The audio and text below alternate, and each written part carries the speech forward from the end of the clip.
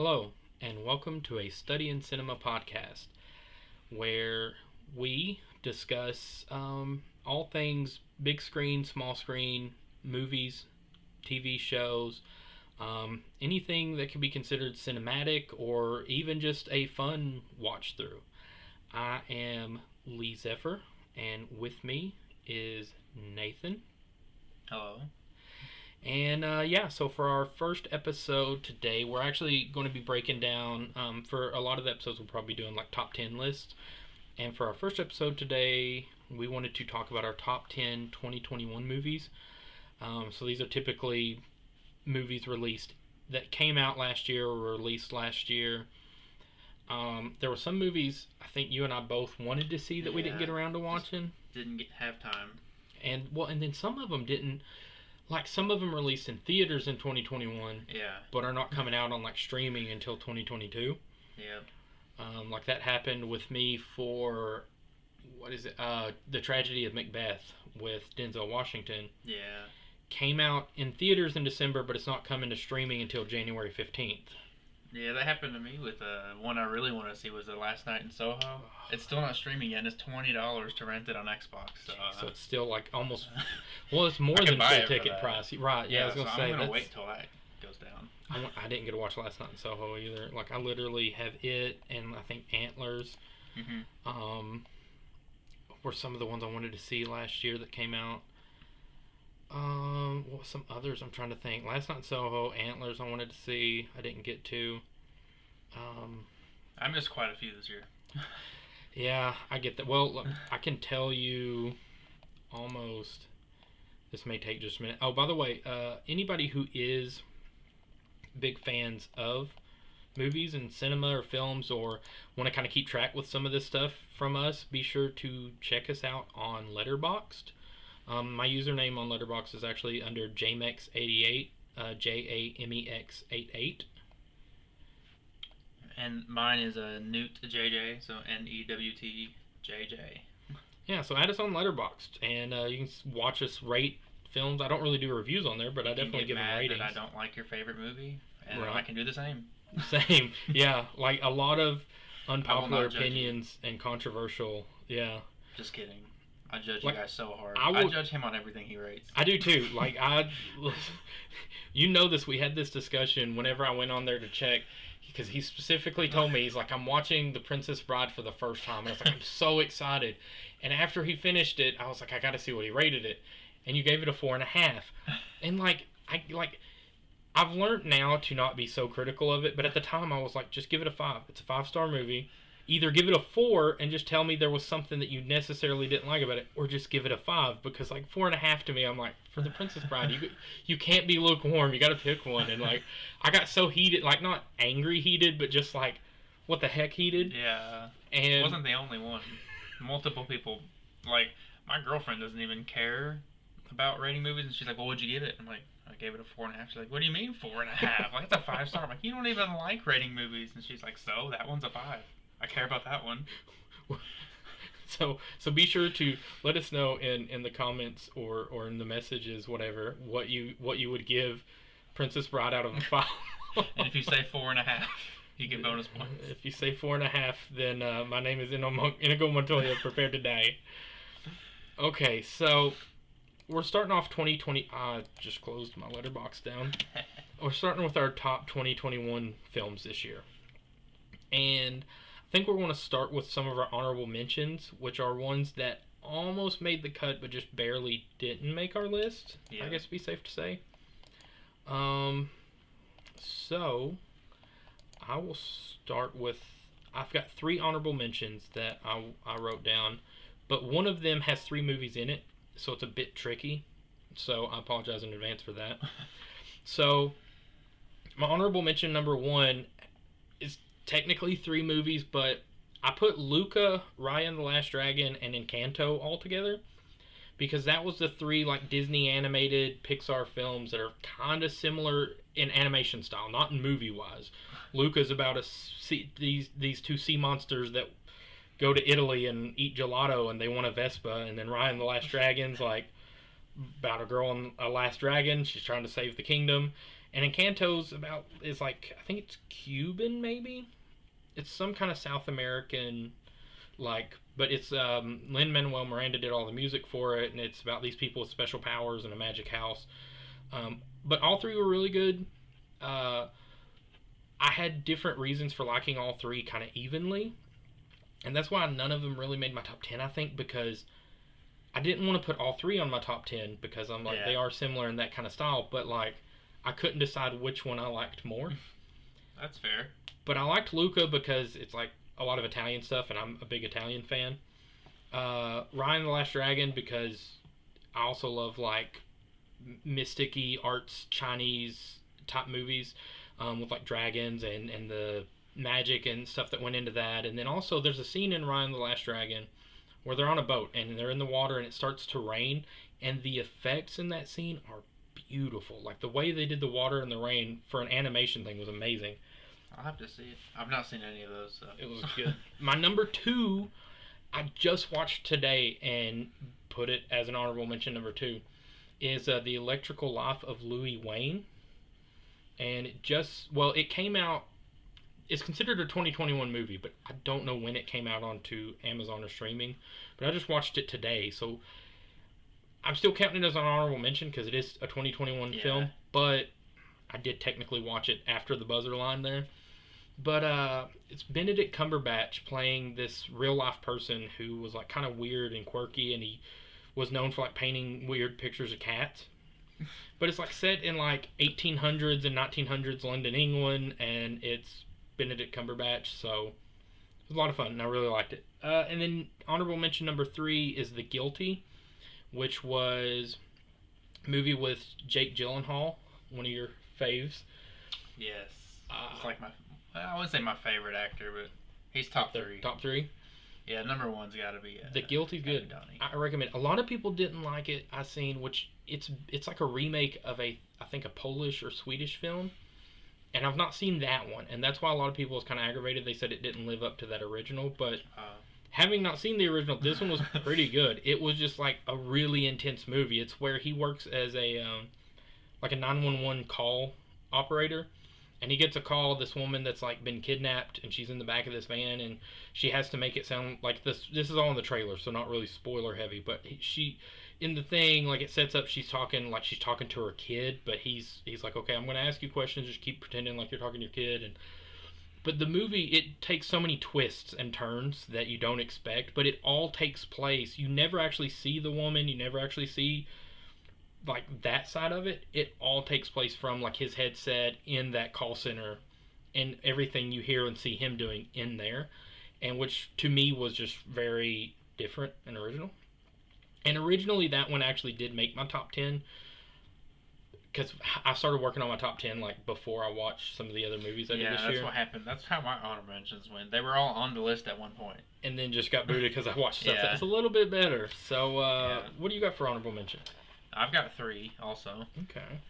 My first one is Spiral. Ooh, the new Saw movie with Chris Rock.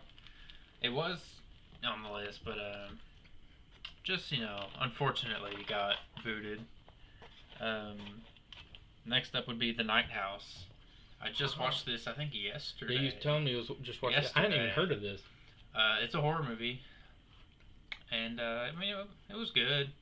I wouldn't say it was amazing, but it's, I don't know.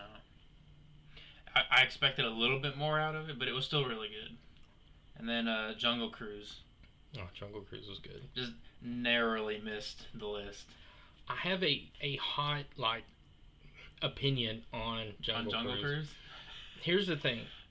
I liked Jungle Cruise. I did. And as a matter of fact, I will tell you that I gave Jungle Cruise a 3.5 on Letterboxd, which is not bad. 3.5 out of 5 is not bad. I gave it a 4. Yeah, I gave all my honorable mentions a 4, by the way. I'm pretty sure. Jungle Cruise, Spiral, and The Night House were all 4s. Oh yeah, I should do that for mine, or I should let you know. My honorable mentions, if I can even Ryan the Last Dragon was a 4. I'm pretty sure Luca was a 4. Encanto was a 4.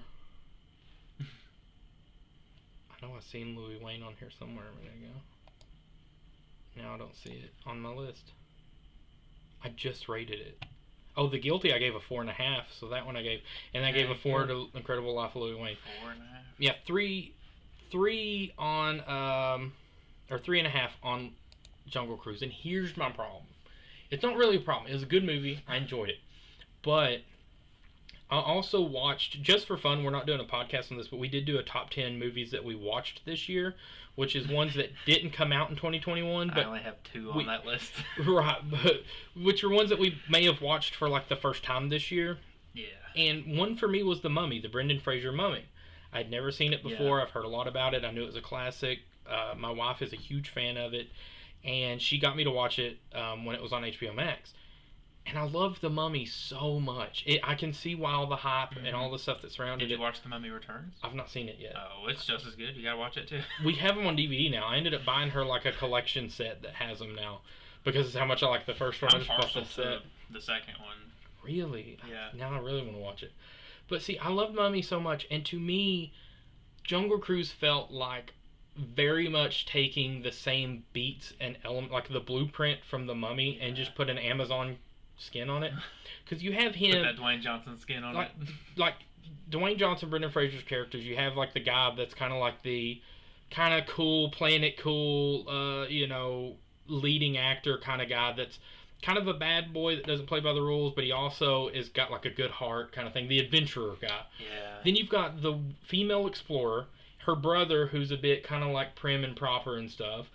Both movies have this. You have the cursed like god character or whatever. That's like the pirates in the one and the mummy guy in the one. Then you have like the Germans in the Jungle Cruise, and then even in the Mummy you had like the other explorer guys trying to get it.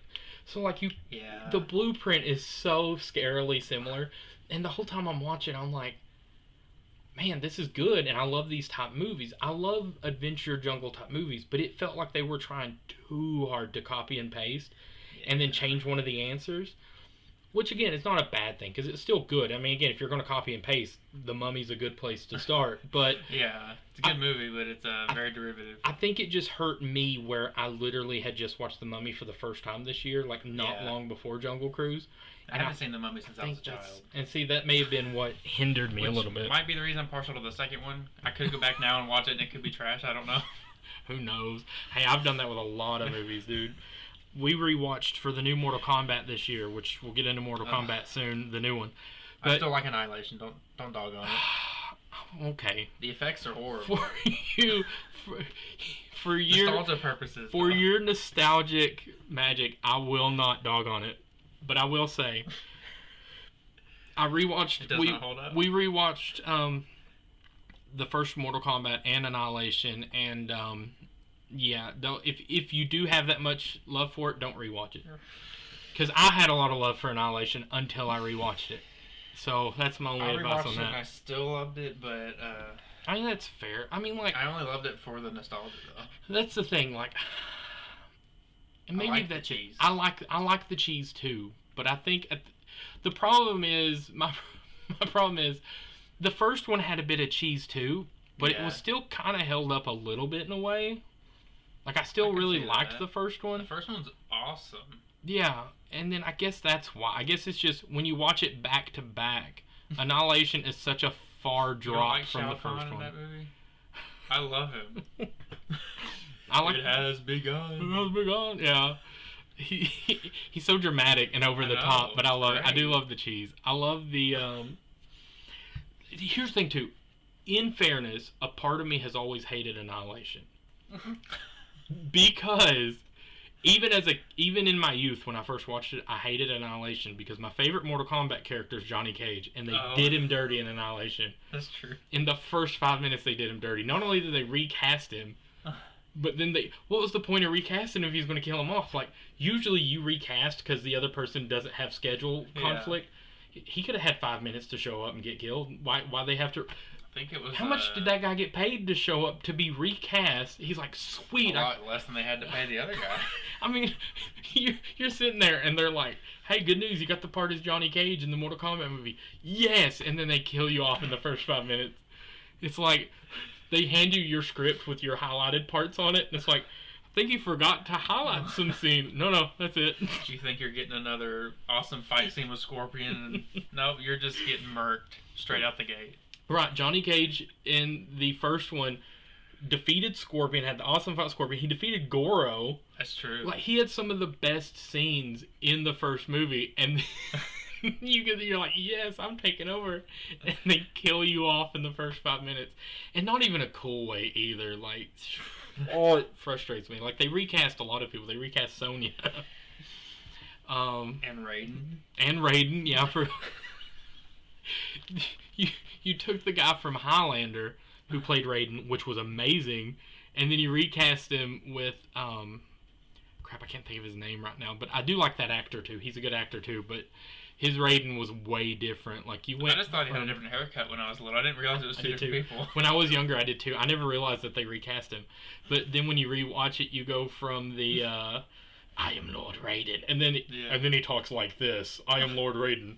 Like, his entire voice changes. It's like, what happened? Raiden becomes a human, and he just turns completely different. Oh man! So speaking of Mortal Kombat, it's time to get into our top 10s, and my number 10 is Mortal Kombat. 2021. 2021 Mortal Kombat. Yeah. Which I gave. It was early in the year, I thought. There it is. A 4. I gave it a 4. I liked this movie. I know a lot of people did not. I loved it. And despite the fact that there was no Johnny Cage, even though there may have been a tease for it, I don't want to give. Do we want to? I've not made a decision yet, and we didn't discuss this before the podcast. We should have, but doing it live. Do we want to do spoilers or not? I mean, for the movies I think we both seen, we could. We could give a spoiler alert. Right, do a spoiler alert, and I gotta talk about what they did to my boy. Okay, so spoiler alert in effect right now for Mortal Kombat. You skip ahead or something. I don't know. Normally they give you a timestamp. I don't know how long it's going to take us to talk about this, so maybe I'll put something like, well, this is a podcast. Let's say I put something on the screen. I come from YouTube. Go check out Lee Zephyr YouTube or the Not a Sidekick Productions YouTube. So I'm used to like, I'll put the timestamp on the screen after we're done, but it's a spoiler warning. If you don't want to be spoiled for 2021 movies, here's what I will do. I will put a list in the show notes or in whenever I do post this on YouTube, I'll put it on the info down below. I'll put the list of our top 10s down there so you guys can see it. And if you've not seen any of those movies, just maybe skip ahead of those parts, a little bit.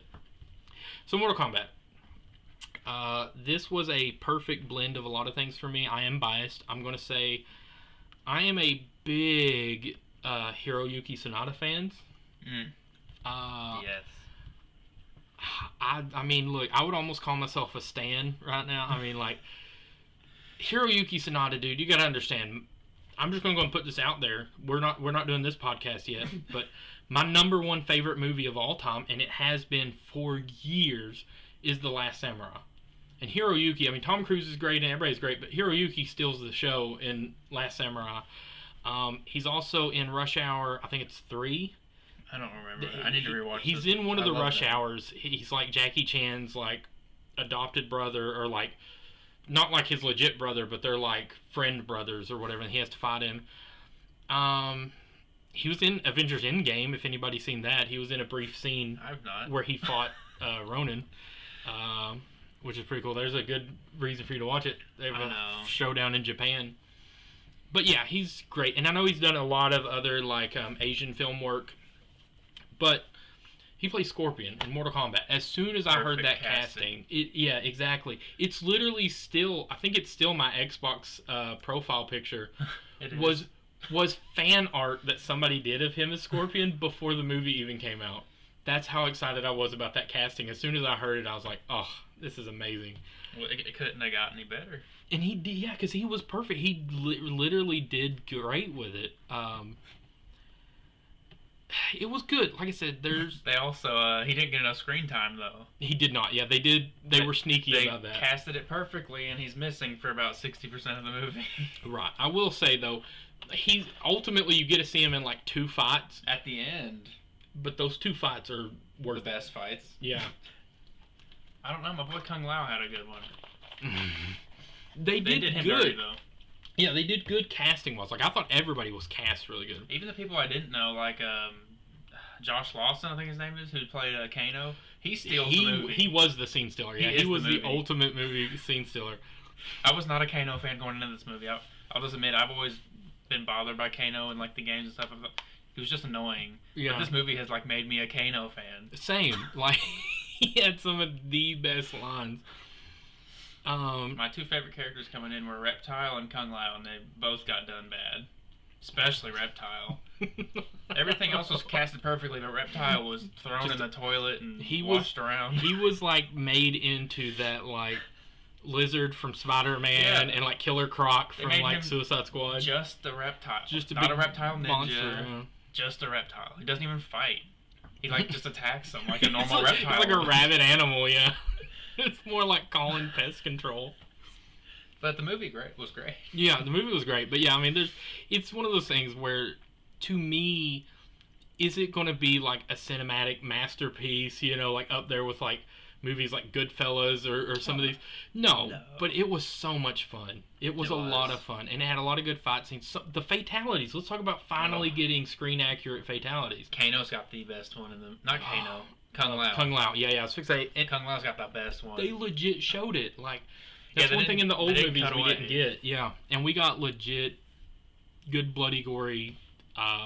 the best fatality we got in the original one was Scorpion taking his mask off and doing the fire thing, but then Johnny Cage blocks it. Like it, and then cuts his head off. You didn't get the actual fatality moment. And here, like, they go all in, like blood, guts. Right. It's all showing up. I mean, like, even, which is funny because in the original, you've got, was it Carrie? I never can figure out how to pronounce his name. Neither. They brought him back for this one, didn't they? Or was that somebody else they cast?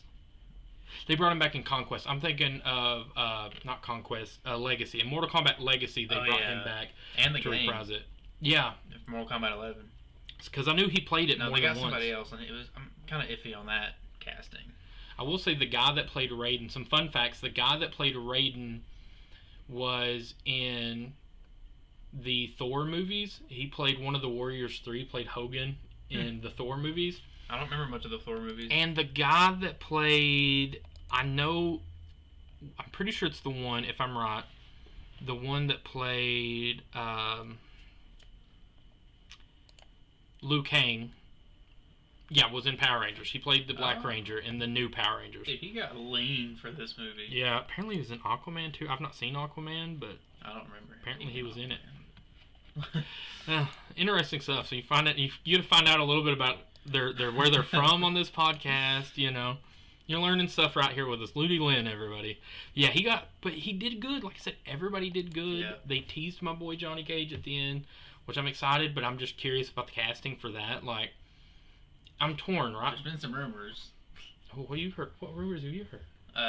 Nothing like rumors of the studio saying anything, but like I know The Miz from WWE wants to do it. I would not let that happen. I would not like that. Some people want Ryan Reynolds to do it. I think he's too big of a name. Yeah, that's what I was going to say. Like, I've heard a lot of like big names tossed around, and I like some of the big names I would like, but then part of me also, they did so good with like no names in this one. Especially Josh.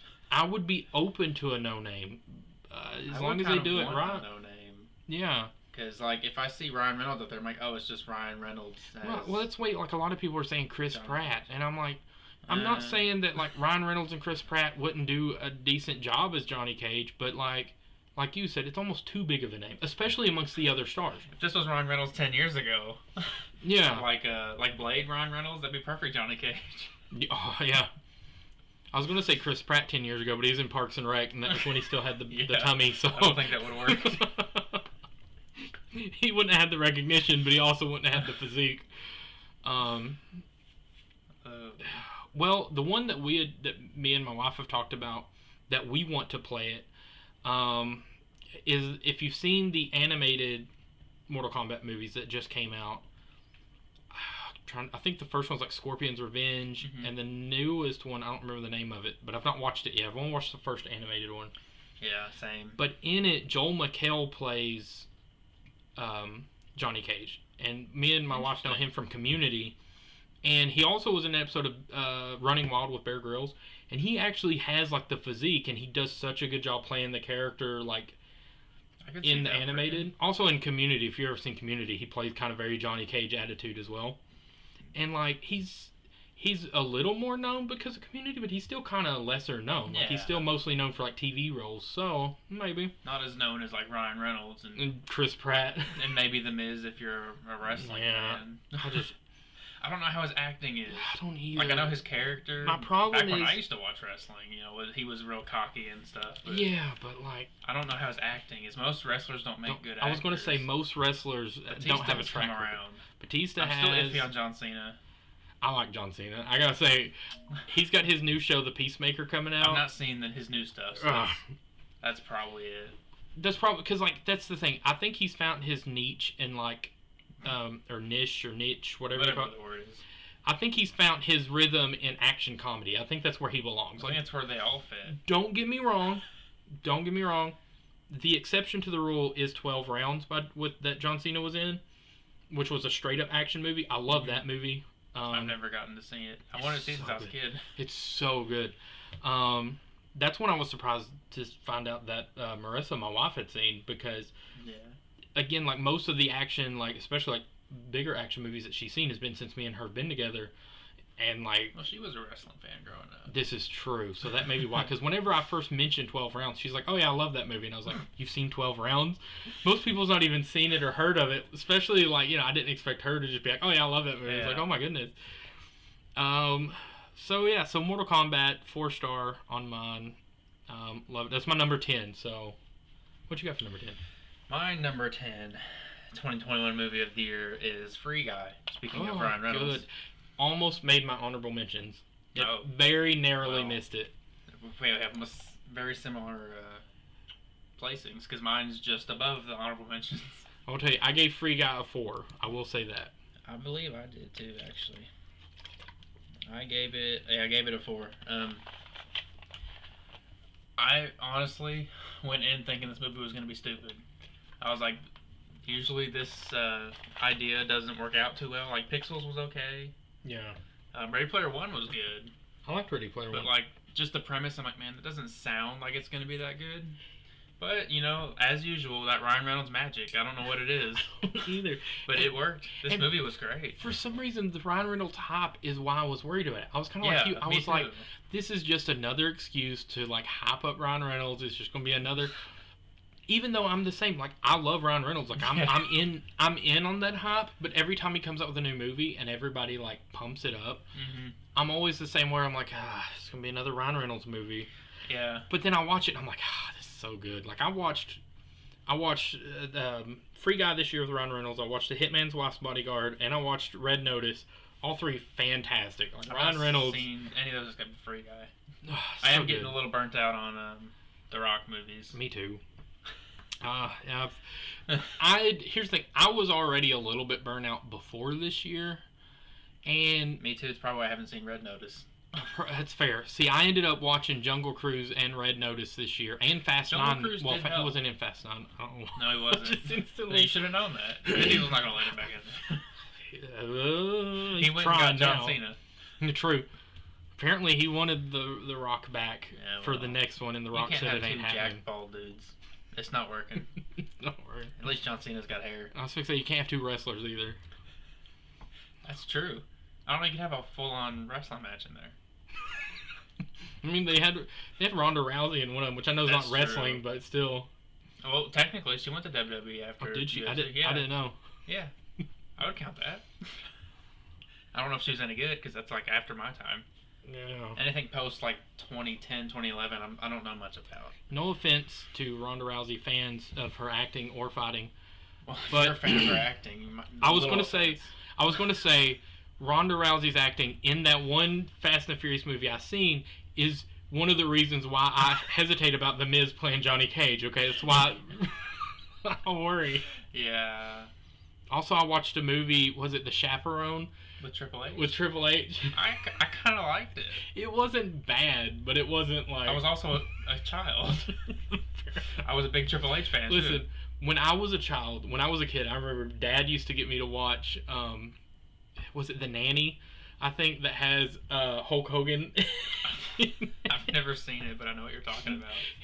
When there was another one too. Like Hulk Hogan did a bunch of these like straight to DVD, or I guess back then straight to VHS comedies.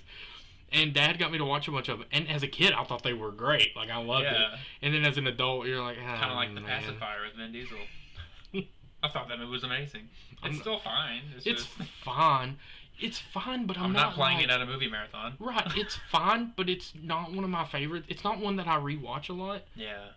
But Marissa, on the other hand, really likes that movie, and she gets upset anytime, like, I bring up that I don't like it as much as she does. Yeah, you gotta phrase it. Yeah, I think that's the problem. Okay, so Free Guy. Video game movies, which is kind of in line with the Mortal Kombat thing. That's true. Even though it's more, like, inspired by video games, I guess? Yeah. Than a direct, like, base. But still, I was afraid it would fall into that. It's a video game movie kind of thing. Like you said, with Ready Player One, Pixels kind of did that. And they were both okay, but I still liked Free Guy better. I liked them better than both of those movies, too. Ready Player One was pretty close. It's close. Pixels is just an okay movie. You're saying, you're only saying that, and I'm going to use my brainwave powers here. Okay. You're saying that about Ready Player One because of one scene in particular, and... Perhaps. And it may happen to be a certain hotel that they go to. You're not wrong. I did give it an extra half star whenever I was fixing to say, but that's not a bad thing. That's not a bad reason to give it a high rating. I think that scene and then like the final battle scene where they had like a Gundam and stuff in there was my favorite part. Well, it does get a little tense towards the end. I mean, it was a nice little it's a good movie. Tense ending. I mean, Free Guy was the same. Like, it has that Ryan Reynolds kind of magic, and obviously like some of the cameos they got in there. Yeah. Cameos that you didn't even know were in there. Tatum. Out of nowhere. Channing Tatum out of nowhere. Hugh Jackman his voice was in it. He voiced like one of the characters. I'm gonna have to go back and watch it because there's like a bunch of celebrities that did voices and I didn't know about it. Apparently, who's the one I'm thinking of? John Krasinski from like The Office and stuff. Apparently, he did a voice for a character, and I missed that one. I don't know his voice well enough to take that out. Apparently, neither did I. I knew the Hugh Jackman one because as soon as I heard that, I'm like, that's Hugh Jackman. I'm like, him and Ryan Reynolds finally got their movie together, and he's not even in it, but it's his voice. I'm like, but that's Hugh Jackman. That's the funny part of it. And I was like, I gotta look it up, and I looked it up, and sure enough, I was like, I knew it. But then when I seen like some of the others, I was like, I didn't know it together before. Well, yeah, we just don't talk about that. Right. Well, that's what I'm saying. Literally, his mouth was sewn shut. Well, also technically, if you watch, was it Deadpool 2? He undoes that anyways. Yeah. He goes back in time to undo it, so it never happened. That's right. We're learning that timeline, I guess. Right. Oh man. So, yeah. So, Free Guy. Do you have any other like things we wanted to get into about Free Guy? Yeah. I really liked the NPC angle they went with. It wasn't a player transported into a video game, usual. It was this NPC realizes he's in a video game. Yeah. I thought that angle was pretty cool. It was original. It was a different concept than you're living in a game. It's somebody that's already part of the game realizing that other people are living in it. The only other thing I've got that I wanted to shout out was Taika Waititi. I was going to say. I love Taika Waititi, and I love him anyways, and he's just, again, he's about like Ryan Reynolds for me, where he's just got this magic and everything he's in. He's got that personality. He's got that cool factor. He does. So this next one I won't get too much into because I know you've not got to see it yet. I've already accidentally looked at your list. My number 9, that's okay. They've not seen my list. That's true. My number 9 is No Sudden Move. And this I gave there it is, a 4 as well. A lot of these are probably going to be 4s and 5s. Everything in my top 10's a 4.5 and a 5, I think. Not bad. So see, No Sudden Move is like a mafia kind of gangster type movie. Had Don Cheadle, Benicio del Toro, Brendan Fraser, Ray Liotta. Brendan Fraser, I didn't even know he's in that. Yeah, it's got like a killer cast. I haven't seen him since like Journey to the Center of the Earth. I never seen Journey to the Center of the Earth. Oh, really? Actually, yeah. Pretty good. So I think the last thing, I mean, technically, I watched him in The Mummy, and also, I've George of the Jungle? seen him. I've heard him. Yeah, the last thing I actually seen him in before The Mummy probably was George of the Jungle. The last no, it was G.I. Joe. He has a cameo in the old G.I. Joe movie. Oh, the old one. I was like, he was in that. The one with Dennis Quaid. Dennis Quaid and Brendan Fraser. Yeah, this is, what is this, the 90s? It was 2000. Channing Tatum's in it, ironically. Oh yeah, I saw that. Yeah. Actually, now that you said that, Dennis Quaid and Channing Joseph Tatum. Gordon-Levitt. Brendan Fraser was in that? Yeah, I guess I gotta rewatch he was like a cameo. He was like one of the lieutenants that's like training them or whatnot. I feel like I remember that now. Yeah, and then Joseph Gordon-Levitt's in it, Mhm. plays the main bad guy. Technically, you got Christopher however you pronounce his name. Yeah, that guy. That guy plays like a bad guy and everything. Yeah, so No Sudden Move. It was good. Oh, David Harbour's in No Sudden Move too. I forgot about that. He plays a different against type kind of character. Yeah, again, ever since I was a kid, I wanted to be a gangster, you know. So I love gangster movies. I guess you could say. But yeah, I mean, it's no secret here that both of us are big mafioso film people. Goodfellas. Scarface. I still need to watch Scarface. Not quite the typical Italian mafia movie, but still so good. In line there, yeah. The Irishman, which is same. It's not the typical, but it still has those vibes. And No Sudden Move, kind of in the middle somewhere, where like it's got a little bit, but it's not like your typical Italian mafia type stuff. It's more of a mob-esque type movie. Yeah. But it is good, and I do recommend it. Again, it's more of a reserved. It's a lot different than like Mortal Kombat and Free Guy, which are these big blockbuster action films. It's more of a quiet, reserved kind of thing.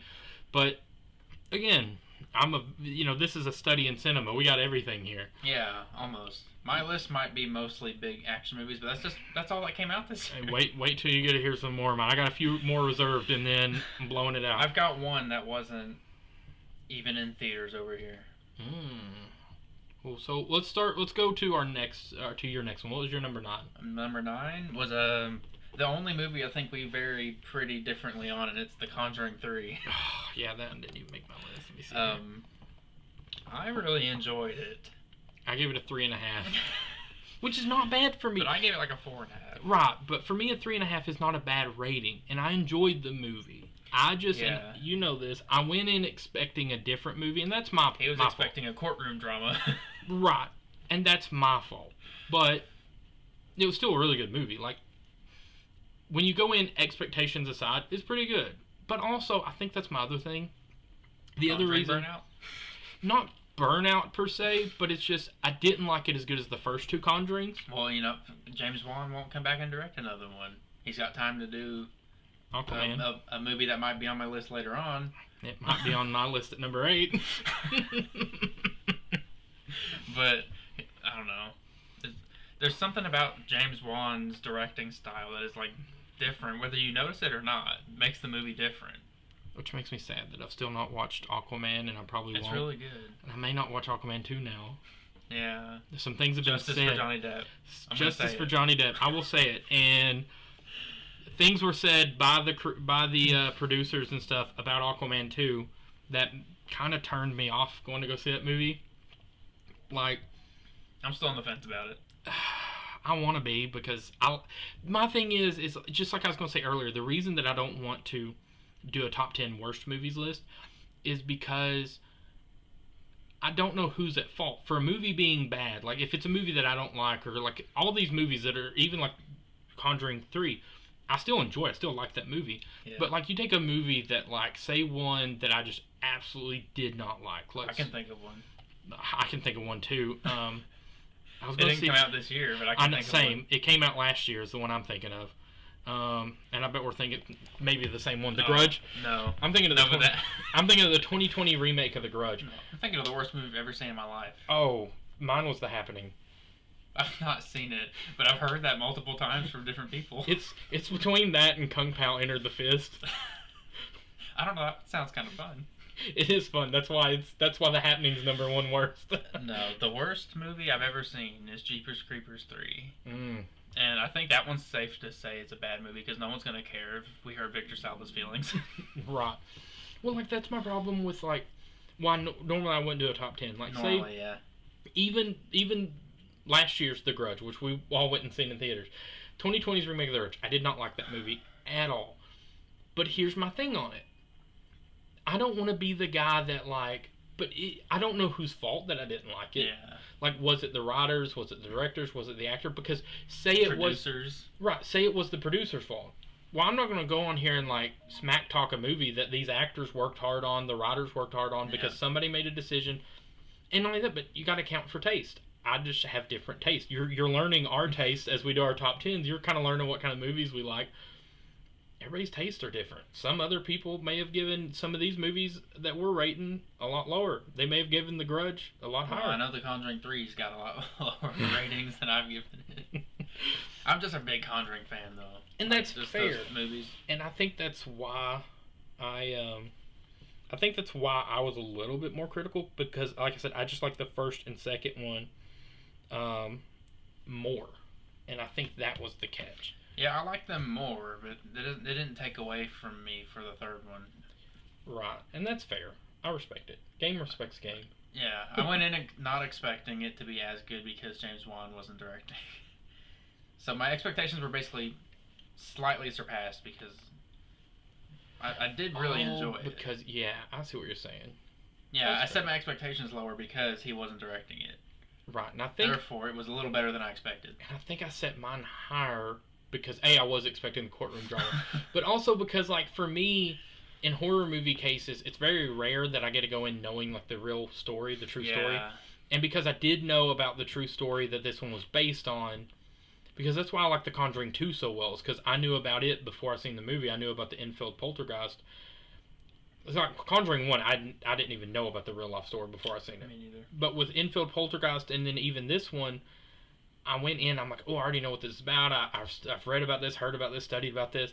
And so I think, but see, for the second one, that's what made me love it. And this one, I was just like, the real story's better. But again, it's not that I didn't like it. I enjoyed it. Patrick Wilson and... I almost say Patrick Stewart every time. I almost did too. That's where I was like getting confused from it. Patrick Wilson. I mean, like, almost... I can't unhear, like, Captain Picard going in and exorcising demons. Professor X. In the name of the Father, and the Son, and the Holy Ghost. I can't do it. I'd watch that. Oh, heck yeah. Like, just him doing, like, an exorcism get movie him would and be Anthony great. Hopkins, I'll do it. Or even, just get him and Ian McKellen. Sir Ian McKellen. They look Gandalf in there. Oh, I was thinking Magneto. You shall not possess this person anymore. Oh man! Speaking of possessions, my number 8. Oh. It's not a possession movie, but it's a horror movie. Oh. Malignant. I mean, we were hitting around at this. I mean, it's kind of possessive, but a little bit. Malignant. I think I also gave a 4. I hope I gave it a 4. Yeah, I gave it a 4. It surprised me. That movie was a surprise and a half. Yeah, so it surprised me too. It's on my list. It's just a little higher. Okay, so we may come back to Malignant. Yeah, I will say the twist and stuff, it surprised me because... The twist is what made it for me. Same, honestly. I actually had a discussion. So one of our future upcoming podcasts that we will tease is a top 10 slashers. And when me and my wife was having a discussion, I did talk about how I kind of consider Malignant kind of like a proto-slasher type film. We discussed whether like we consider it a slasher. For sure. Right, and that's where we kind of came to, I don't think I put it on my list because of that reason. No. Because of that reason, both Malignant, Freaky, and Happy Death Day are all like slasher films that I've watched recently that I respect all three of them because they did something kind of thinking outside of the box. All three of them went with like a different concept in the slasher genre, which I loved. But that's also what kept it from making my top 10 slasher list, which I've already got put together. Yeah, slasher's a weird thing. You do something new, but then it's like not quite the slasher. Yeah, it's like, because then it kind of takes it out of the Friday the 13th formula. Right, like that's one thing which we'll get into more on the slasher podcast. But me and her went into this whole deep discussion. My wife is a horror buff bigger than probably either of us, and like Nathan's a bigger one than me, but my wife I would almost argue is even bigger than him. Like the collection that she's got over here in our room that I have to look at every night as I go to sleep and have nightmares. No shit. But yeah. So *Malignant's* my number 8. Again, James Wan back producing great horror with a great twist. Some good action the moves. directing style's back. Yes. You didn't get it from Conjuring 3, but you get it in this one. Right. So he still kind of gave us something this year. A little bit of action in that movie too. That's what I was saying. Like it had some really good action scenes. The scene in the police station, especially. Yeah. That's what I was thinking of. I always think when I think of that movie, the first place I go is the scene in too. the police station. So we got number 8. My number 8, speaking of action movies, is Godzilla vs. Kong. Nice. I almost made it on mine, but it didn't. Team Kong represent. Me and my girlfriend got shirts made. She was Team Godzilla and I was Team Kong. I'm Team Godzilla. Her mom's got one of those like little cricket things. You can like print stuff out on stuff. So you said cricket, and I was thinking like the sport, like the English sport cricket. No, I'm like, she got a cricket bat? Cricket. And like it'll print stuff, and she printed it on the shirts. Nice. I mean, there's not really much to say about that movie. It's Godzilla versus King Kong. I gave it a 4, so I did really like it. I gave it a 4.5. I really enjoyed it. I wasn't a fan of the ending because I don't want their big fight to be resolved by an outside force. But to say that none of us saw that coming would be... Well, the old school Godzilla vs. Kong, I think, ended the same way, right? Like, I think it but you could change it. I mean, I know. 2021. That's true. But, man, it's so weird to think that movie came out in 2021 because it came out so early in 2021. I know. This year's been a long year. It felt like that it came out last year. I know. It was like, what, February? That's February or March, I think. That was... I remember because that was when... because we had the baby, we had our first baby in October, and we found, like, we started announcing and everything to everybody in February. I think that's when we found out, so maybe we didn't start announcing till March. But I remember I seen it once in theaters and then once at home because I watched it in theaters because it's Godzilla vs. Kong and I really want to see it in theaters. Yeah. But Marissa was still fighting like morning sickness and stuff really bad from the pregnancy, so she didn't get to go see it in theaters.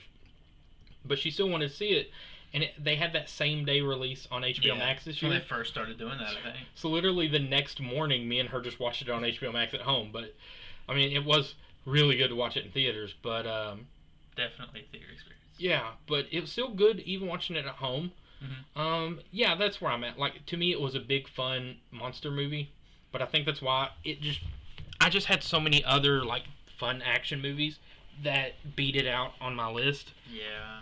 But if you like big, fun action, like monster movies, yeah, then it's the movie for you. It's one for you. Don't go in expecting too much story. It's Godzilla versus Kong. Yeah, that's what I was gonna say. Yeah, the story is very lacking, but I don't really hold that against it because, again, what was I expecting to go in and see? That's like me and you talked about earlier this year. I didn't go in to watch Godzilla vs. Kong expecting an Irishman level story. I didn't want to sit there and hear a bunch of dialogue. I want to see those two big suckers fight it out. To be fair, I think even at some points it had a little too much of that. The story beats and not enough action beats.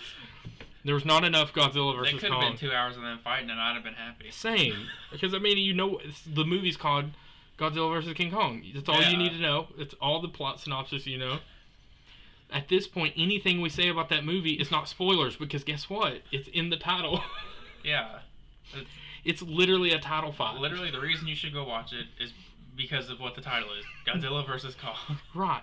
But let's just say, I will say this about that movie, though. Comparing the old, like, I think it's 1930s, the original Godzilla vs. Kong, with I've now, not seen it. How far we've came. I've not seen the whole movie. I've just seen, like, clips of it. I can't watch old Godzilla movies. Well, that's what I'm saying. If you even look at the old Godzilla, like, the effects that we've got now, how far we've come, is incredible. So my number 7 is a bit of a offbeat one, is Cruella. Cruella? I've not seen it. I really liked it. It was different. They took a very different approach and changed her story and origins. And I'm a big Emma Stone fan. I think she's a great actress. And she, again, made the character her own. It was very different. Not going to give a lot of spoilers. But it was also set during, like, the English, like we talked about, we're big fans of kind of, like, English-based or, like, London-y based movies. And it was set during, like, the London punk grunge scene. Oh. And then, like, also doing a lot of, like, fashion mixed with, like, punk and grunge music from, like, back in the day. And I don't know. It was kind of fun, but in not an actiony per se way, but just in a different kind of flair for the dramatic kind of way.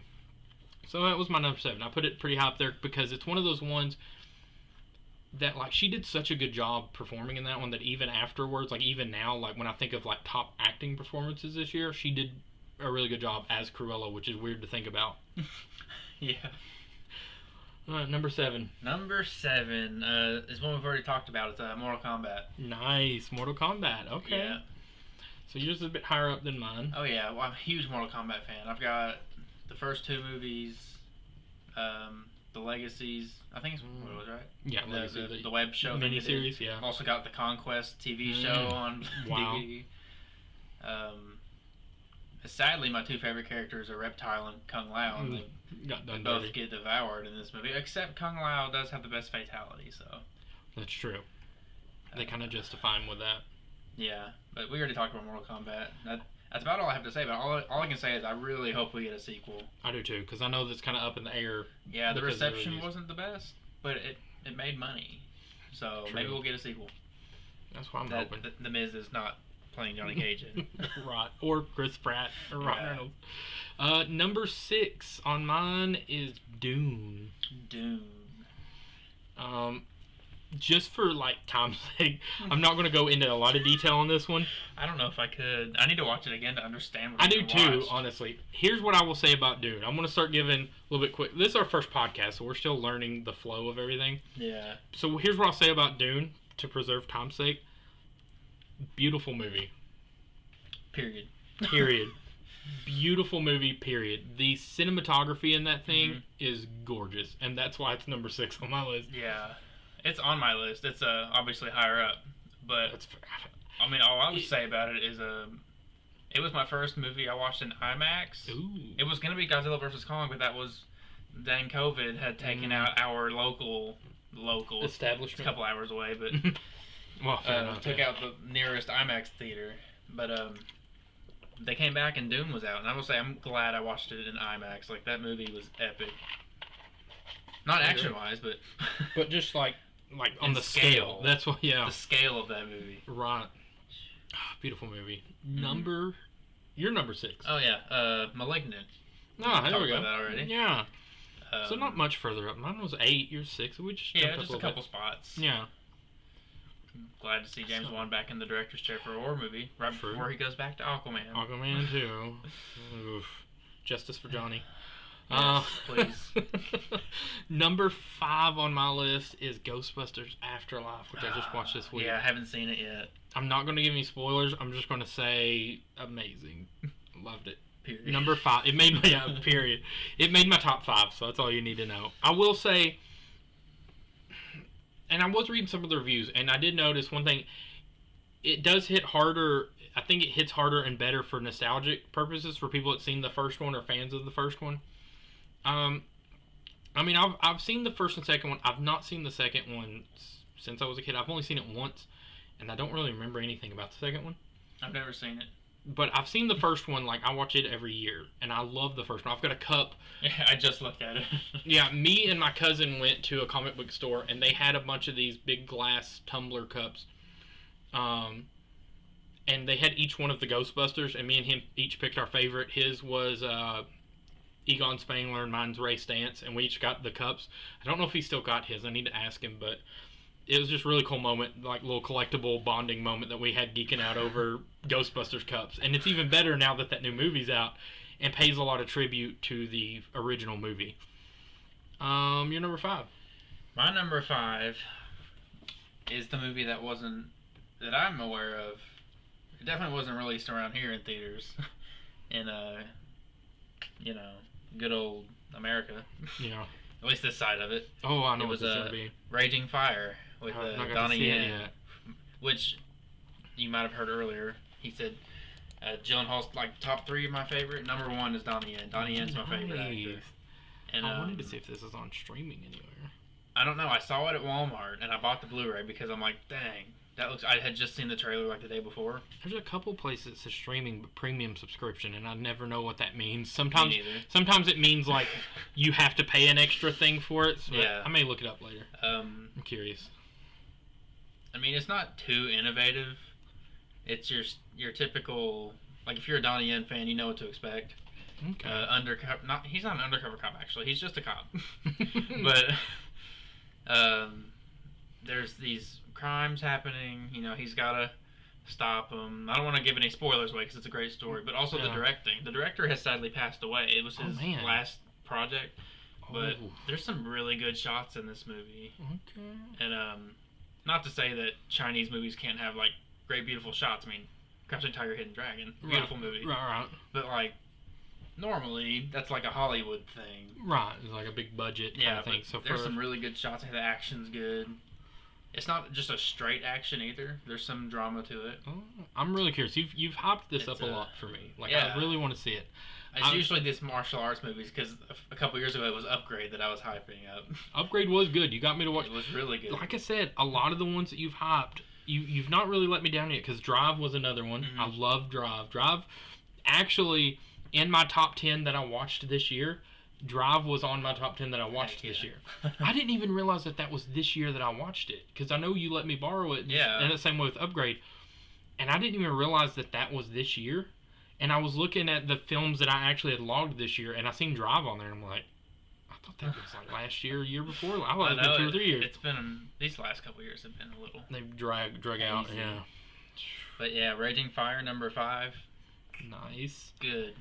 Oh, now we're getting into the nitty gritty for me. Yeah. #4, which was my number 2 until I watched some other movies, is Tick Tick Boom, which is the movie about, it's basically a musical about Jonathan Larson, who wrote the movie or the play Rent, which I've never seen Rent, which is the interesting thing. It's based on the guy who wrote Rent, but it's about him writing a different play. Like he actually wrote Tick Tick Boom, which was a whole different thing. This was before he made Rent, when he kind of had a more unsuccessful run of it. But it's got Andrew Garfield in it. I'm a huge Andrew Garfield fan, and it's musical. It's got some great music. I'm a big musical fan too, especially set in like New York and stuff. They like talk about is it Sondheim, Stephen Sondheim, who passed away this year, who's a big musical guy. They reference him a lot and his relationship with Jonathan Larson. But it's just a lot of fun. And Andrew Garfield apparently took singing lessons for a whole year. I like Andrew. I do too, and like he plays piano in this, and he sings fantastically. Those music lessons he took paid off because like he could drop an album and I'd probably go get it. Yeah, just such a fun, warm musical, but with a lot of deeper drama, resonating kind of stuff. I was a theater kid in high school, and I'm also, obviously, if you're listening to this on the Lee Zephyr Books YouTube channel, you know I also write. And like him being a playwright and a theater kid himself is like, I'm like, I relate. I can vibe with this. So maybe my number 4. I've not seen it. What you got at number 4? My number 4 is Dune. There we go. Beautiful movie. Period. Like if you, I don't know, epic sci-fi. There is gonna be a part 2. Some people were confused about that. Like they went and watched it and they're like, well, nothing happened. I'm like, well, if you paid attention, in the opening credits, like it literally said Part 1, Dune Part 1. Right, yeah. But just for the cinematography alone, it gets it at number 4. That and Timothée Chalamet. Dude, I'm excited to see Wonka. I am too. I actually was a Timothée Chalamet fan from a movie again that nobody else really watched, but now that if you watch Dune and you really like Timothée Chalamet in Dune, you need to go back and watch The King, which was on Netflix. I think it's called The King, and it's like a medieval, Middle Earthy type movie, but it's kind of similar where it's like a slow burn, more like serious drama type thing. But he's so good in it, and Robert Pattinson's in it and plays like one of the kings of France, and he does really good in it.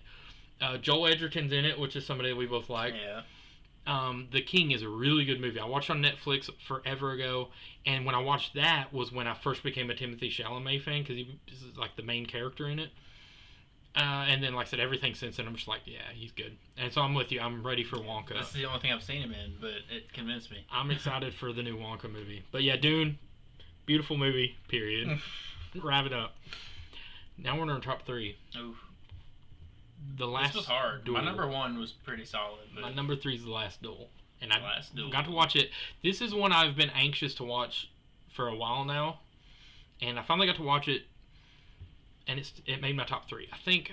I was wondering, because you said all I'll say is it made my top 10. And I was like, oh, yep. Interesting. It made my top 3. Made top 3. Which is amazing. Yeah, I gave it a 4.5. It's just... it's Ridley Scott directing a movie where people are fighting in a pit with swords. And we already know that works. Because yes, Gladiator is one of the... Like, if I... Again... Were you entertained? I was entertained. And the reason I gave it a 4.5, I even said this... Some of my favorite movies of all time, like if I did do a top 10 list, I can say without a doubt right now 2 Ridley Scott movies that would make my top 10. I don't know where, but Blade Runner and Gladiator would make my top 10 movies of all time list for sure. And this one was amazing. It was just a little bit under Gladiator and Blade Runner. So I mean, well, that's pretty high praise still. Right, so I gave it a 4.5. I gave it a half a star less than I did Blade Runner and Gladiator. But, like, you got that, not spoiling too much because I know this is the one you want to see too, but you've got that classic Ridley Scott medieval action-y sword-slinging movie and a bit of the blood and action and gory kind of stuff. But then you've also got this deep, rich plot and story that he's known for. And you got just some great performances out of Adam Driver, Matt Damon, and Ben Affleck is the other one. Great performances out of all of them. Even Jodie Comer, who was in Free Guy, she played the main chick in Free Guy, is playing the main chick in this. So she really like double timed it this year. Nice. And so yeah, Last Duel, number 3. Number 3 for me is Spider-Man: No Way Home. Ooh, interesting. Yep, it made the top 3. It almost made the top 2. Okay, I'm going to be interesting to see. I will say it did make my top 2. So, I can tell because we're at 3 and you haven't said it yet, and I know you really liked it. Yeah. So I'm interested to see what your number 1 and number 2 are to put it above that. But Spider-Man: No Way Home. Come on, this is the big one this year. That like the big popular vote one. But and that's why I was worried about it. Same. I went in with a little bit lower expectations, honestly, because it's been so talked about this year and all the rumors and everything. And I'm like, this is going to be an overhyped movie. I get the feeling because it's been, but it blew me away. I don't know if I'd call it overhyped. Oh, right. But I do think, like, I really wish they wouldn't have shown all the villains in the trailer and stuff. Because then once you show the villains, we know we're getting Toby and Andrew. Right. That's the big spoiler. If you kept all that at bay and it just happened organically in the movie, like, this would have been number 1. Because it would have been blow you away after blow you away. It doesn't blow me away. I'm like, oh, and here's we're going to get to see Toby and Andrew. Part of me would almost argue, like, I understand there's certain, like, on-set stuff and it's hard to keep stuff secret and stuff. But at the same time, like, with Infinity War and Endgame, we knew we were getting some crossover in Infinity War and Endgame, but even then, they still managed to like blow us away with surprises and stuff that we had no idea about. They still did it really well. It's just had I not known that was gonna happen, it would have been even crazier. It would have been more organic, like you were saying. Yeah. I wish that could have happened better, but like even going in knowing, even when they do show up, it's like holy crap. You still get so excited, like I said, and nostalgia plays a big part in it. I think, especially for like us that grew up with Tobey's Spider-Man and Andrew's Spider-Man and all 3 of the Tom Holland Spider-Man even at this point, like they just did it well. Like, because I hesitated putting it, I'll just go ahead and say since we're right here, it's your number 3, it's my number 2, I'll go ahead and say I have it at number 2. So like I was nervous, or I was unsure on what to rate it. I gave it a 5. And I was unsure on giving it a 5 because I'm like, am I rating this because the movie was a 5 or based on my nostalgia preferences because they brought back in all these old villains and heroes and stuff. But then I'm like, that's still part of the movie. If I say, I got in my brain and I'm like, I don't want to separate nostalgia from the actual movie because nostalgia plays a part into the movie. They still knew that when they made the movie and played on that. So it's still a part of the movie. I mean, so it's fair. Stranger Things has made a living off of nostalgia feeling. A lot of movies have here recently. Let's be honest. We've had Terminator come back, Rambo's come back. Like everybody's in. We got Top Gun comes out later this year. The Creed movies with Rocky. Yep. Which, listen, the Creed movies are great. They are great. They're supposed to be getting a third one. I didn't even know they was doing a third one. I don't know how I feel about doing a third one. That's what I said about the second one, and I like the second one better than the first. So. Same, honestly. Oh, Spider-Man. Yeah, that was good. My boy Andrew got his redemption. Yeah, I think everyone was like, maybe we're a little too hard on Andrew when his movies came out. Except for me. I've been an Andrew fan from the get-go. I even went in. My wife and yourself are Tobey Maguire fans. I was an Andrew fan. And not to say I don't like Tobey Maguire's Spider-Man. I love I thought Tobey had the better movies. I just liked Andrew preference-wise as a better Spider-Man. But this movie has really helped to like launch him to like possibly getting a third Amazing Spider-Man, which would be nice. Especially now that I feel like Sony maybe knows a little more what they're doing. Yeah. They know where to go. Up with Marvel, finally. Yeah, they've learned a little more. True. Also, Willem Dafoe, though. Dude. Willem Dafoe and Alfred Molina both. They really stole the show a lot in that. Especially, like, coming back into it, like, after all these years. Felt like they hadn't missed a day. I know. Especially Willem for me. Mm-hmm. And I guess, spoiler alert, but he gets that classic Green Goblin outfit towards the end. Yeah, like, dude, I was a little upset because I love the Sam Raimi outfit. The mask, yeah. But you do get to see it for You do get to see it for a little bit. And then, like he does with everything, he breaks it. Yeah. He breaks mirrors, breaks cups, breaks masks now. Like, he just loves smashing things in Spider-Man movies. How can you not? He's always like, well, it's every time he's talking to himself, he's talking to the guy. Because in the Tobey Spider-Man, it's in the mirror that he's like, you can't escape me. He's like, no. And then in this one, it's the mask is talking to him. He's like, you can't escape me. He's like, no. I'm just like, smashing it. Dude's got to stop talking to himself. But yeah, the acting is just even like really good. Even like people like Jamie Foxx. I love Jamie Foxx, dude. Yeah. Like me and my wife still his character in Baby Driver was like the scene stealer part of Baby Driver for us. And he kind of brings that same kind of charisma from Baby Driver into this as Electro. Like yeah. Like I just and like they tease so many things, like they tease the Miles Morales, so he's like, man, I just kind of always thought you was black. I always wanted Spider-Man to be black. And he's like, maybe there is one out there. And in the MCU, or not MCU, but in the comics, there is. Yeah. So, like, it was so much fun. So many nice little setups. It set up Multiverse of Madness, which may be on a certain top 2022 anticipated list for me. It's on there, but it might be surprised on where it is on that list. Might be surprised about I had to sneak a peek at mine. So what is your number 2? What beat out Spider-Man? My number 2 is Shang-Chi and the Legend of the Ten Rings. Oh, nice. Now I'm really curious as to what your number 1 is. Shang-Chi, I mean, it narrowly beat out Spider-Man. We talked about this. Mm-hmm. It beat it out for, like, I don't want to say originality, because obviously it's based off of stuff. Yeah. But it doesn't have its own franchise. It's more in its own corner of the universe. Yeah, it's a lesser it made its own kind of story. Thing. Like, even though it's based off comics, like from what I've read, because I'm not a comic guy. And there's like but like the comics are pretty controversial, like, you know, for racial stereotypes. So basically, this movie is like a whole remade character and backstory. Kind of broke out. Yeah. Well, that's what I'm saying. Which is amazing. The reason I loved Shang-Chi, I'm gonna go ahead and just put it out there. Shang-Chi was my number 1. Yeah. That's my number 1 movie of the year. That. Yeah, Shang-Chi is my number 1 movie of the year. Also a 5-star, obviously. Mm-hmm. But for the same reason, because it had like, even though it had some cameos and crossover into the MCU, greater MCU, for the most part, it was its own story. It was its own thing. And I love it because, like, it's like we talked about on a lot of our lists, you've seen, you know, we are big on, like, martial arts films and especially the traditional Asian films and stuff. The old Chinese, the old Jackie Chan, Bruce Lee movies, Donnie Yen, and then even, like, some of the Japanese stuff, like Hiroyuki Sanada and some of those, like... I love that it kind of had the best of both worlds. You had a little bit of like the modern martial arts stuff, but then that big final battle scene was so over the top. But I kind of liked that. There's had some Crouching Tiger, Hidden Dragon style, right? Like the wire stuff, like the dragons and stuff. Like, and that's what I loved about it, is you kind of got the best of both worlds, of the retro and the modern. and it's just like he had a lesser known actor, like the guy. Story was great. Simu Liu.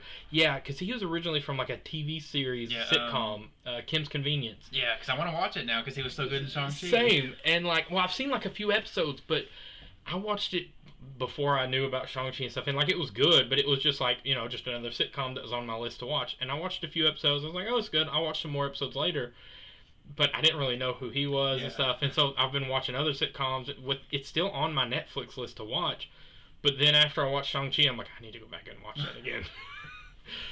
I was worried going into Shang-Chi. I had two worries. One was that it was going to be boring, because I'm like, this isn't Iron Man, Hulk, Captain America. I'm like, isn't well-known superhero. Yeah, I'm like, what are they going to do? And then second of all, obviously huge, you know, Hong Kong martial arts movie, kung fu movie fan. I was like, Hollywood does not have a good reputation of making a mainstream, doing the stunts right and the fight scenes, especially with the editing. They cut way too much. The team they got to do this was great though. Like when it came to the fight scenes, it seems like they let them do their thing. It felt very like Hong Kong kung fu style. Right, and even like the comedy beats. Like I've seen a lot of people complain that the comedy, there was too much comedy in it. It was my kind of comedy though. That's what I was going to say. Like I kind of enjoyed it. Like Awkwafina's hilarious. Like let me just say, I went into this movie. I thought Awkwafina was annoying before this movie because I've seen her in some commercials. And I'm like, dude, she just gets on my nerves. But after watching this movie, I'm like, man, I like her. She's pretty cool. I liked her, like, because the thing is, I used to think the same thing, but then I watched, I kind of liked her character in Jumanji 2. She was in the second Jumanji. I've not seen the second one, I don't think. Okay, she has like a cameo kind of role in the second Jumanji. She's also in Raya and the Last Dragon. She voices like the dragon character. And I really liked her in both of those, but Shang-Chi is her best performance by far. Tony Leung, who played the Mandarin, the actual Mandarin. I know I'd heard a lot of people, I want to watch more of his movies because a lot of people said... I want to say he was in Infernal Affairs, wasn't he? That's a good one. You gotta watch that. I know a lot of people say he's mainly known for like more Asian movies. He's huge over in China. This was like his first like crossover into American cinema, but he was so good at it that I want to see all these ones that he's well known for over in China because he was so good. Yeah. And then you had, speaking of the Mandarin, you had I just went blank on his name, Sir Ben Kingsley as as Trevor Slattery. Like, hilarious scene stealing again, which is crazy because if you've seen a lot of Ben Kingsley's other stuff, he's so reserved and serious. And then every time he's in the MCU, like, that character is so goofy. This is the first time I've seen the character. Oh. Because... Did you not see Iron Man 3? No. You dodged a bullet. No. Don't worry, you're not missing much. He was the best part of Iron Man 3. Because of what you just said, his usual style is like, is that Ben Kingsley? And I'm watching like, it looks like him, but I can't tell. He's so goofy. Yeah, but it was. He's the best part of Iron Man 3 even, like, in my opinion. I'm not a big Iron Man fan. But even the fantastical elements of Shang-Chi, like when they go to that, I forget what that little city's called. Yeah. But some of the creatures they've got there, I'm like, oh. I want more. That's what I told my wife. I'm disappointed right now in their marketing and merchandising team, okay?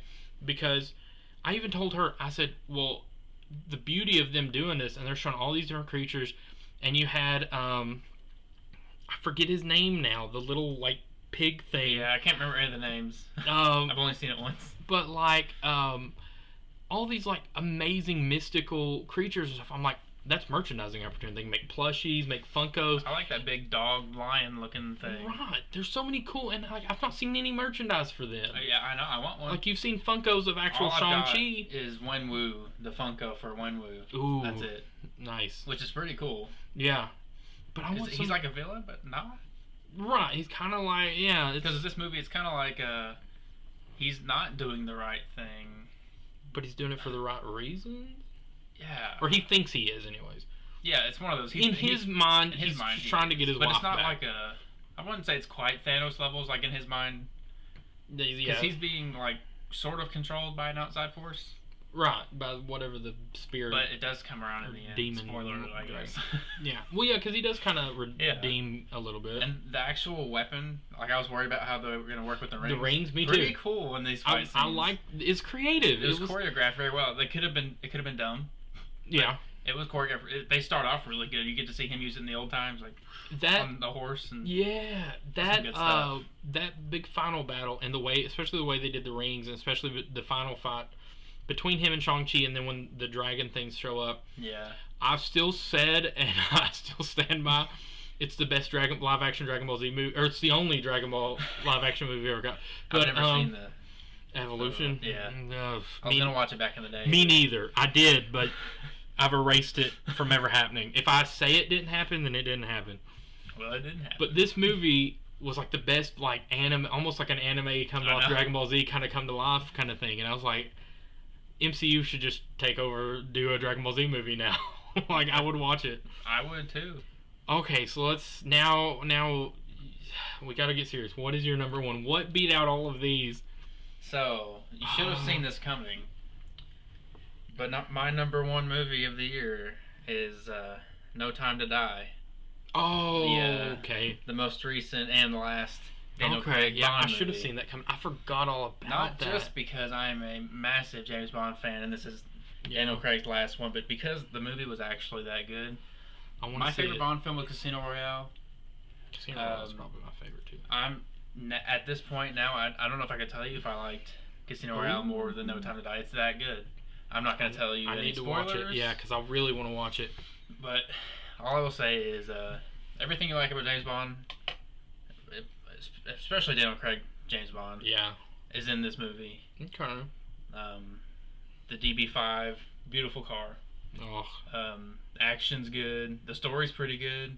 How did, not in a spoiler way, but how did Rami Malek do as the villain? I like Rami Malek pretty good. And I'm curious He did to great. him. I will say they could have written a little better or a little more for him. But his portrayal was good. Nice. And he's got a really cool mask. Nice. I like it. He's not quite Christoph Waltz level, but who is? Who is, yeah. When it comes to playing villains, aren't many like Christoph Waltz. I don't think it's Rami's fault. I'm going to say it's more writing, because this movie was, to be honest, it's more centered on Daniel Craig. This is his last one for yeah, sure. They had to give him, Actually, his last one this time.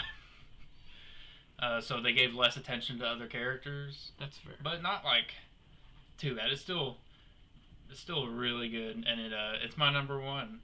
They gave us plenty of time to die waiting for this movie, ironically. Yeah, right. Because it was supposed to come out, what, last year? Or 2019? Like, yeah, 2019, I think. It had getting pushed back. And then we finally thought we were going to watch it in, like, April of this year. They pushed back to November, and I'm like, oh, my gosh. I'm never going to get to see this movie. Well, it's just like, even right now, we're kind of coming into the whole thing of, like, where people are starting to go back to the movies and see movies again and stuff. And I hoped that meant things were going to be normal. Mm-hmm. Like, because I even seen things, it's like, depending on how Shang-Chi does, well, and Eternals does in theaters, depends on if they'll push Spider-Man back. Depending on how Spider-Man does, depends on how the rest of them. And Multiverse Madness was supposed to come out in March, which was like 2 months from now, and now it's pushed back to May, which I know, like, my wife's like, that's still not that far. It's just... Yeah, just 2 more months. Yeah, and I'm like, that's, still... And it's early May. It's coming out like the first week of May, so like it's not so. Well, Spider-Man should give them hope. It made $1 billion. That's what I was thinking. I was like, you would think they would move it up. I don't think anything's done that since Avengers. Release Doctor Strange in February, January. Just release it tomorrow. You gave us the trailer. We don't want to do January. Movies that come out in January generally aren't that good. In fairness, the reason I heard that Doctor Strange got pushed back is they're wanting to do more reshoots, but not necessarily reshoots. It's because. And this kind of worries me. This is going to worry you a little bit. I'm already worried about this movie because Scott Derrickson left. They're wanting to put more cameos in it because of No Way Home doing so good. They want to do more cameos. They want to do actual fan service instead of supporting the plot. Yes. And that's what worries me. Now, that being said, some of the cameos I've heard about, I'm excited about. But those were ones... Raimi. Sam Raimi knows horror. I know. That's what I said. It is Sam. He could pull it off. But he could. It's also... Not, he probably doesn't have final say because this is Disney we're dealing with. True. There's a reason Scott Derrickson left, and that's why I'm nervous. I mean, fair, but here's the thing. And I know I'm the Marvel fanboy here, but here's where I will defend a little bit. Like, just because they change directors doesn't always mean it's going to be the worst, or worse for the thing. Ant-Man was originally going to be done by Edgar Wright, and I love Edgar Yeah. Wright. And he was going to have Simon Pegg as Ant-Man instead of Paul Rudd. Which I would have watched. I would have watched, but I don't know if it would have been as good. Like, If Edgar Wright's directing, though. I know, but the thing is, in an alternate universe, yes, I probably would have loved it, and I do want What to see if? it. But yeah, Season 2. yeah, let's just do a What If season 2 and do Simon Pegg as Ant-Man. That'd be amazing. You gotta. I'm down. I'm just trying to think. I guess Nick Frost would play. What's that guy's name? I don't know. I've not even seen Ant-Man. But there's the guy. It's Pena, something Pena. Michael Pena? Michael Pena.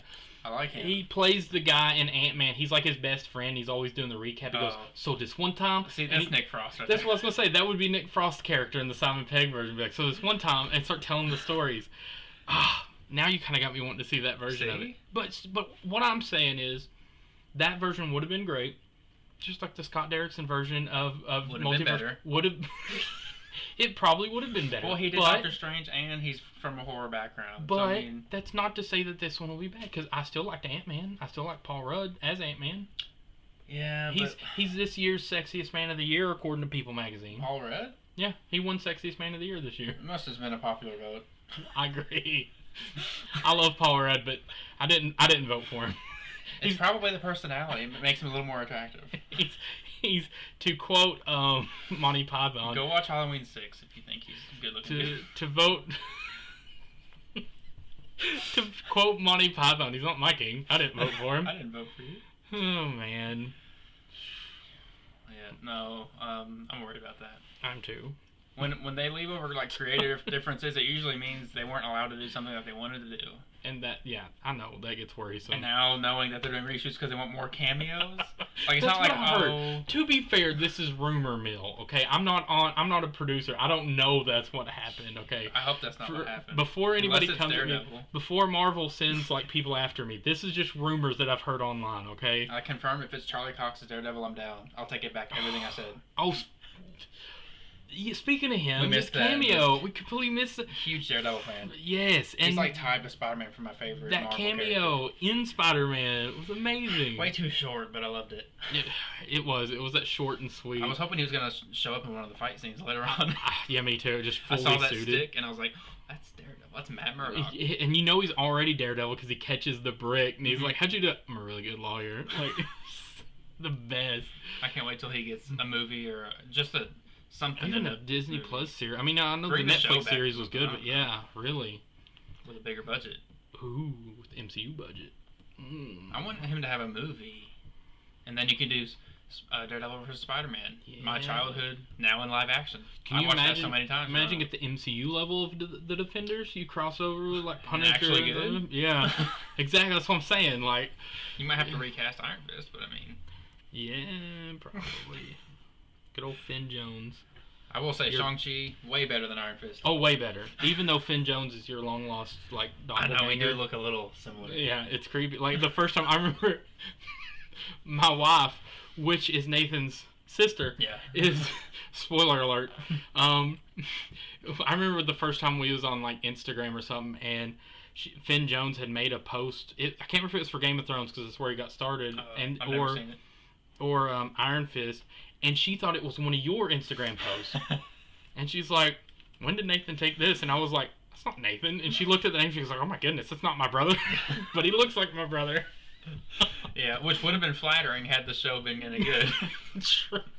Yeah, it's like awesome. I got an actor that looks like, oh, Yeah, no, I got don't. excited because, like, again, I'm not a comic person. I just like the movies and the TV shows. So I'm like, oh, we got like a martial arts type superhero character. I went to watch it. I'm like, Let me put it this way. Shang-Chi redeemed it. It did. It redeemed the Marvel's if you martial could get arts Iron thing. Fist with the people that did Shang-Chi, or people likewise people, Yeah. I'd be happy. Let me put it this way. Of the Netflix shows, I've watched Daredevil season 1 and 2, and I've started 3. Watched both seasons of Jessica Jones, both seasons of Luke Cage, only the first season of Iron Fist. Mine's even worse than that. First 2 seasons of Daredevil. Punisher. 1 episode of Luke Cage. 1 I episode like of Jessica Luke Cage. Jones. I like Jessica And Jones. I think 1 or 2 episodes of Iron Fist. Uh-huh. And actually like 6 or 7 episodes of The Defenders. Defenders was okay. But also Punisher season 1. and a couple on Punisher season 2. Because Punisher and Daredevil's where it's at for me. That's my thing. I respect it. Daredevil season 2 is like one of my favorite seasons of TV ever. I respect it. So that's our top 10s. So, I mean, it's a study in cinema. We're coming to the end of our first podcast here. I enjoyed it.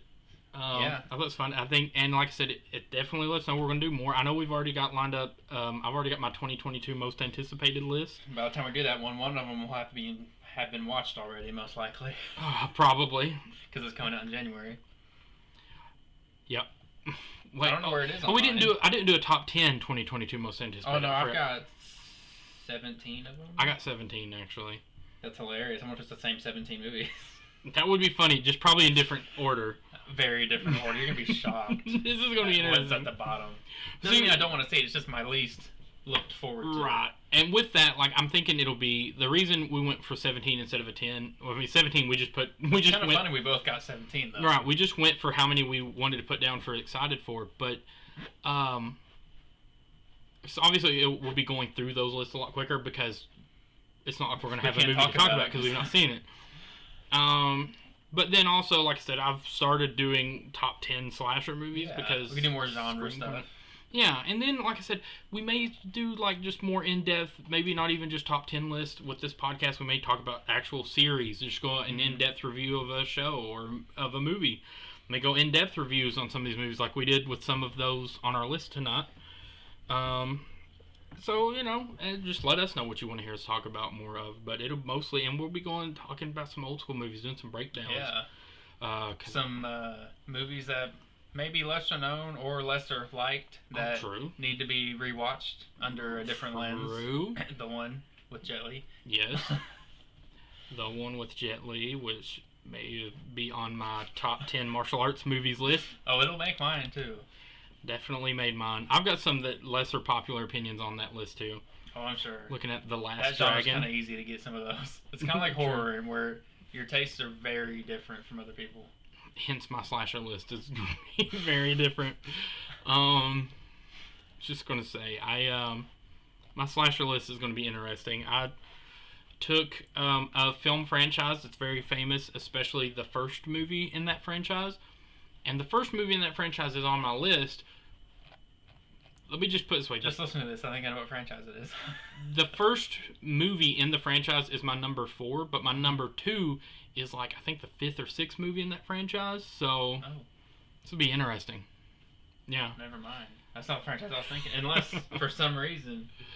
Oh, I hope not. This could be interesting. Yeah, I'm not going to look at what your list is because it's right there, but... Yeah, we'll save that for the podcast. But this has been a study in cinema, and it's been a lot of fun. So definitely be sure we're going to try to put this up on Spotify and maybe YouTube and some other podcasty platforms. So thank you guys for listening. We'll get another episode out to you soon. Yep. Bye. See ya.